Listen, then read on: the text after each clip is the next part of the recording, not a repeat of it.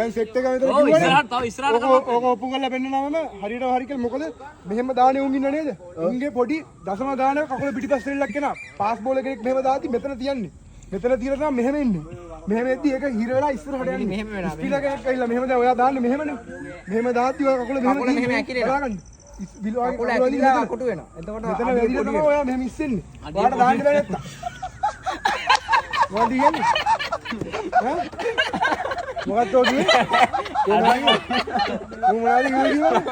අඩිය පොඩි වෙනවා. මේ ස්පින් එක දාද්දි මෙහෙම ඇම්බරනාට මේ කකුල කියලා කකුල මෙහෙම කොවිත් එක්ක යාළුවෝ